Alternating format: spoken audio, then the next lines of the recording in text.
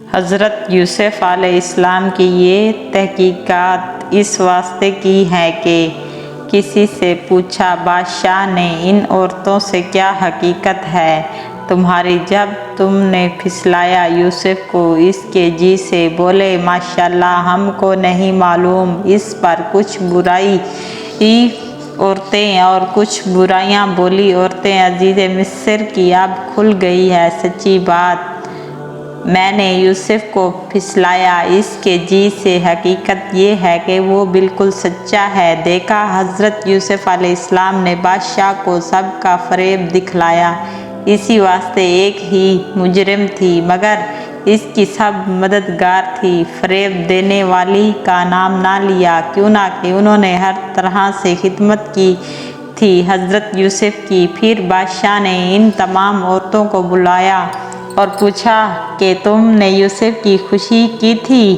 یا خشاشاس کی تھی؟ کیا تم چاہتی تھی کہ یوسف ایسا کام کرے؟ سب سچ کہہ دو۔ وہ بولی، ہم نے ایسے حسین جمال نہ دیکھا تھا۔ جب ہم نے ان نوجوانوں کو دیکھا تو بھیکاری بے ہوش ہو کر اپنے ہاتھ کاٹ ڈالے، اور بالکل سچ ہے کہ ہم نے اس کو طلب کیا تھا، بے گناہ قید میں پڑی ہیں۔ ادھر زلیخا نے جب دیکھا اپنا حال سب مشکل ہوتا ہے کہ تب بادشاہ سے کہنے لگی، اے بادشاہ تم ان سے کیا پوچھتے ہو؟ جو کچھ خطا ہوئی ہے مجھ سے ہوئی ہے۔ وہ شخص فکر مند ہوتا ہے تو حاکم اس کو گواہ سے ثابت کرتا ہے، لیکن میں تو آپ ہی پر اقرار کر رہی ہوں کہ یہ گناہ مجھ سے سرِ زور ہوا ہے۔ حضرت یوسف علیہ السلام تو بے گناہ ہی میں ڈالا اور میں نے ہی اس کے عشق میں بے قرار ہوتی رہی۔ اب آپ مجھ کو چاہے جو سزا دیں، میں سزاوار ہوں۔ زلیخا کی یہ آواز سن کر لوگ بڑے متعجب ہوتے رہے، سب کی آنکھوں سے آنسو جاری تھے۔ عزیز مصر نے یہ حال زلیخا کا دیکھ کر اس کو چھوڑ دیا، نہایت شرمندہ اور بے شمع ہو رہا تھا اور چند روز اسی غم میں مبتلا رہا، پھر اس کے بعد انتقال کر گیا۔ بادشاہ حضرت یوسف علیہ السلام کے منتظر ہوئے اور پھر فرمایا، یوسف کو میرے پاس لاؤ۔ جب حضرت یوسف علیہ السلام کو بادشاہ کے پاس آئے تو اس نے حضرت یوسف علیہ السلام کو بہت عزت سے بیٹھایا اور سارا حال عزیز مصر کا سنا دیا۔ حضرت یوسف علیہ السلام نے کہا، میں نے جو کہا تھا وہ عزیز مصر کو شرمندہ کرنے کے لیے نہیں کیا تھا، بلکہ اس سے میرا مطلب یہ تھا کہ اس کو اچھی طرح سے معلوم ہو جائے کہ مجھ سے کوئی کسی قسم کی خیانت نہیں ہوئی۔ کیا یوسف نے یہ تحقیقات اس واسطے کی ہیں کہ تاکہ جانے خاوند اس کا عزیز مصر کہ اس کی عورت نے کوئی خیانت نہیں کی، اور اس کی تحقیق اللہ انہیں ہدایت دیتا خیانت کرنے والوں کو خبر ہے کہ جس وقت یوسف نے کہا میں بے گناہ ہوں، میں نے خیانت نہیں کی، تو میں نہیں پاک، اسی طرح حضرت یوسف نے کہا میں پاک ہوں اپنی جان کو تحقیق البتہ جی حکم کرنے والا ہے ساتھ برائی کے، مگر جو رحیم اور رحم کرنا والا پروردگار میری تحقیقات پروردگار میری بخشش والا نہایت مہربان ہے۔ اسی طرح سے کچھ روایتوں سے معلوم ہوا کہ ملک ریحان سے حضرت یوسف علیہ السلام کے ساتھ 40 زبانوں میں سے بات کی گئی تھی، اور سب زبانوں کا جواب حضرت یوسف علیہ السلام نے فوری طور پر بادشاہ کو دیا تھا۔ بادشاہ نے عزیز مصر کے سامنے ہی یہ کہا تھا کہ میں نے اس کو تم سے زیادہ امین اور ثابت قوت کو پایا تھا۔ اسی طرح پھر باتیں کی اس نے اور کہا، تحقیق آج نزدیک ہے ہمارا مرتبے والا عزیز مصر کا علاقہ سرکاری موقف اور حضرت یوسف علیہ السلام کو اپنے پاس رکھا۔ بادشاہ نے حضرت یوسف علیہ السلام سے کہا، میں تم کو خدمت وراثت دوں گا۔ آپ نے بادشاہ سے کہا میں وراثت نہیں مانگتا، کیوں نہ کہ لوگوں کی خبر گہری مجھ سے نہ ہو سکے گی۔ پھر بادشاہ بولا اچھا میں تم کو عزیز مصر کا کام دوں گا۔ پھر حضرت یوسف علیہ السلام نے جواب دے دیا اور بولا کہ یہ بدنامی ہے، میں عزیز مصر کے کام میں نہیں کر سکتا۔ پھر بادشاہ بولا تم کیا چاہتے ہو؟ حضرت یوسف علیہ السلام بولے مجھے سارے ملک کے اناج اور غلے کا محتاج کر دو، میں خود انجو اس کا کام کو انجام دوں گا۔ اسی طرح تمام کام آسان ہوتے رہے۔ حضرت یوسف علیہ السلام تمام غلے کا اناج حصہ گار لیتے رہے اور سب میں تقسیم کرتے رہے۔ اسی طرح کچھ چند سال بعد حضرت یوسف علیہ السلام کو اس کیمپ پر مقرر فرما دیا کہ اس کی تمام خوشیاں راضی ہو گئی اور پھر غلے میں بہت جمع کیا تھا۔ جب سارا سال تمام ہوا، بادشاہ ان کے نیک طور پر دیکھ کر بہت خوش ہوئے۔ اپنی رعایت سے بھی معلومات کی کہ آپ کو رعایت پرواہ ہی پائی ہے۔ یہ کیفیت معلوم ہوتی ہے کہ بادشاہ نے اپنے تاج شاہنشاہی ان کے سر پر رکھ دیا، اپنی تلوار بھی اپنی کمر سے کھول کر حضرت یوسف علیہ السلام کی کمر میں باندھی۔ تخت اور زکوٰۃ اور زکوٰۃ سے جڑے ہوئے تول اس کا 70 گزار اور عرض اس کا 10 گزار تھا۔ لباس رقیع براق پیشِ قیمت ان کو پہنا کر اسی تخت پر بٹھایا۔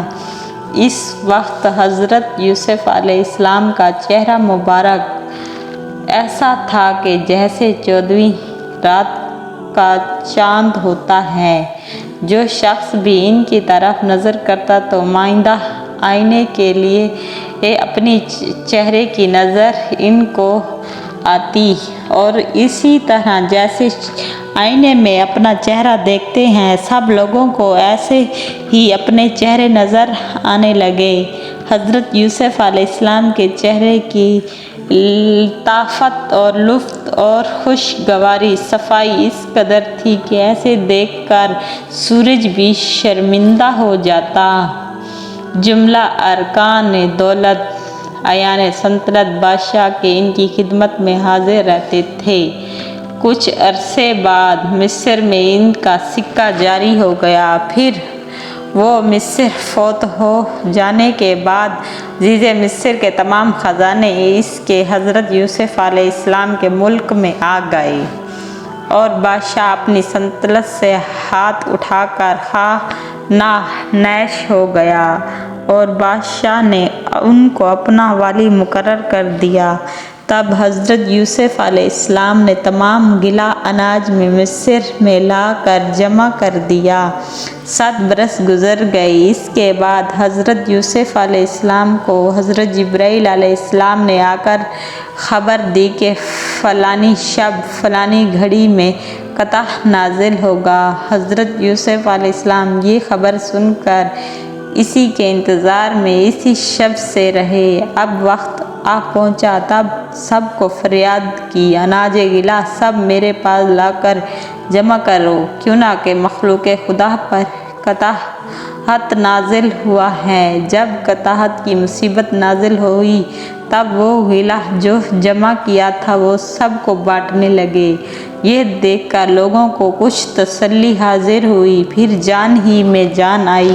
ادھر زلیخا بوجھ قحط کی آرزو کرنے لگی۔ جو شخص بھی حضرت یوسف علیہ السلام کا نام زلیخا کے پاس لیتا اس کو وہ انعام کرام دے کر رخصت کرتے کہ بہت کچھ ان کو رقم بھی دیتی تھی۔ جتنی دولت تھی سب کی سب لٹا دی، یہاں تک کہ خود محتاج اور فقرانی ہو گئی۔ شب روز حضرت یوسف علیہ السلام کے روتے بڑھاپا اور ضعیف ہو گئی۔ چند روز بعد اسی آتش میں فرق میں گزارش ہے آئی کہ حضرت یوسف علیہ السلام کی عصمت اور بداحت بعد بادشاہی اس قدر تھی کہ حضرت یوسف علیہ السلام گھوڑے پر سوار ہو کر نکلتے تھے تو 40,000 آدمی، 4,000 خادم، نوجوان، کمرے بند راز 1,000 صحاب آپ کے ہمراہ چلتے تھے کہ ایک دن حضرت یوسف علیہ السلام سوار ہو کر سیرا کرتے ہوئے اللہ تعالیٰ کی مرضی سے اسی راستے سے گزرے کہ جس راستے پر زلیخا تھی۔ کچھ عورتیں بھی ان کو دیکھ کر زلیخا کو خبر دی کہ اے زلیخا، آج یوسف یہاں سے آئے ہوئے ہیں۔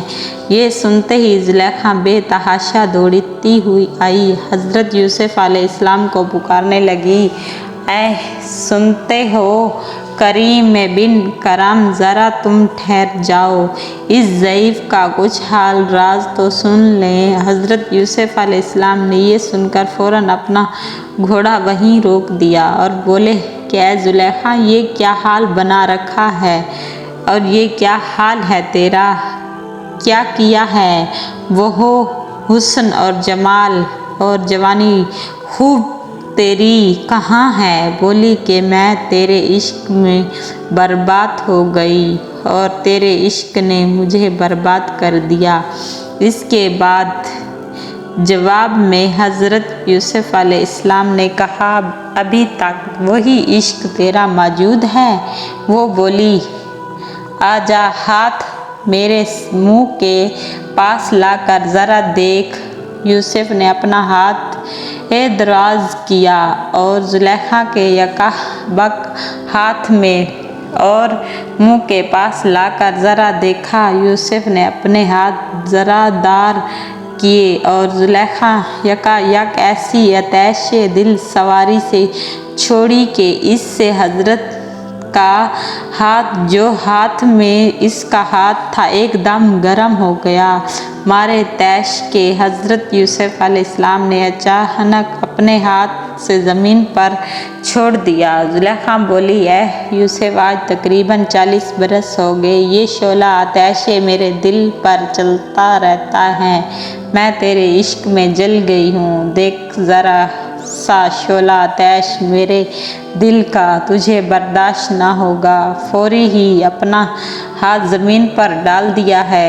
اے یوسف، میں کیوں نہ کروں تیرے بغیر شب روز یہ بیج عتاب کھاتی رہتی ہوں۔ حضرت یوسف علیہ السلام رحم کھا کر اور یہ حال تباہی کا زلیخا کا دیکھ کر اپنے گھوڑے سے اتر پڑے، وہیں زمین پر بیٹھ کر بولے، اے زلیخا، تو میرے خدا پر ایمان لے آ۔ یہ کہتے ہی زلیخا فوراً بولی، بے اسلام ہوں۔ پھر حضرت یوسف علیہ السلام نے فرمایا، اب بتاؤ کہ تم کیا مانگتی ہو اور تم ایمان لے آؤ۔ وہ بولی، اے یوسف، خدا کے دربار میں میرے واسطے دعا کیجیے کہ وہی جمال، جوانی اور میری بینائی دید چشم کی بھر مجھ کو عنایت فرمائے، باقی عمر اپنی تیری خدمت میں صرفہ کروں، اپنے خدا کی عبادت میں مصروف رہوں۔ یہ سن کر حضرت یوسف علیہ السلام نے اپنے سر کو نیچا کر لیا، کچھ دیر تحمل میں رہے۔ اسی وقت وحی نازل ہوئی کہ اے یوسف، تو کیا مانگتا ہے؟ مانگنا، تیری ہر دعا قبول ہوگی، مانگنا۔ تب حضرت یوسف علیہ السلام نے 2 رکعت نماز شکرانہ کی ادا کی، پھر سجدے میں چل گئے، کافی دیر تک خدا تعالیٰ سے دعا مانگی۔ ابھی آپ نے سر سجدے میں اٹھایا نہیں تھا تو زلیخا نے آواز دی، اے یوسف، اپنا سر اٹھاؤ سجدے سے، تم تو چاہتے تھے وہی حاصل ہوا ہے تم کو جو تم چاہتے تھے۔ ان کے کہنے سے حضرت یوسف علیہ السلام نے اپنا سر سجدے سے اٹھا کر زلیخا کی طرف دیکھا تو دیکھتے کیا ہیں کہ صورت، جوانی اور بینائی، آنکھوں کی چشمش اور خدا نے عنایت فرمائی ہے۔ زلیخا نے اپنی جب صورت کو آئینے میں دیکھا تو خدا کا شکر ادا کیا، پھر ایمان میں ترقی بھی ہو گئی، پھر حضرت یوسف علیہ السلام کی طرف خیال نہ کیا چلی گئی۔ ان کے جانے کے بعد حضرت یوسف علیہ السلام فرمانے لگے، اے زلیخا تم کہاں جاتی ہو مجھے چھوڑ کر؟ وہ بولی، جس نے یہ شکل اور صورت بنائی میری آنکھوں کی دی ہے، مجھ کو بشکی ہے، اس کو چھوڑ کر ناحق یوسف سے کیوں اپنی آپ کو برباد کروں؟ مجھے چاہے کہ میں اس پر خیال کروں۔ کہتے ہیں حضرت یوسف علیہ السلام نے زلیخا پر بہت خوشی کی مگر وہ بھاگتی رہی، لیکن حضرت یوسف علیہ السلام نے بہت کوشش کی۔ غیب سے آواز آئی، اے یوسف صبر کر، جلدی مت کر۔ اس کے بعد زلیخا غم خانے میں جا بیٹھی۔ حضرت یوسف علیہ السلام نے خواستگاری میں اس کی طرف لوگوں کو بھیجا لیکن وہ قبول نہیں کرتی تھی۔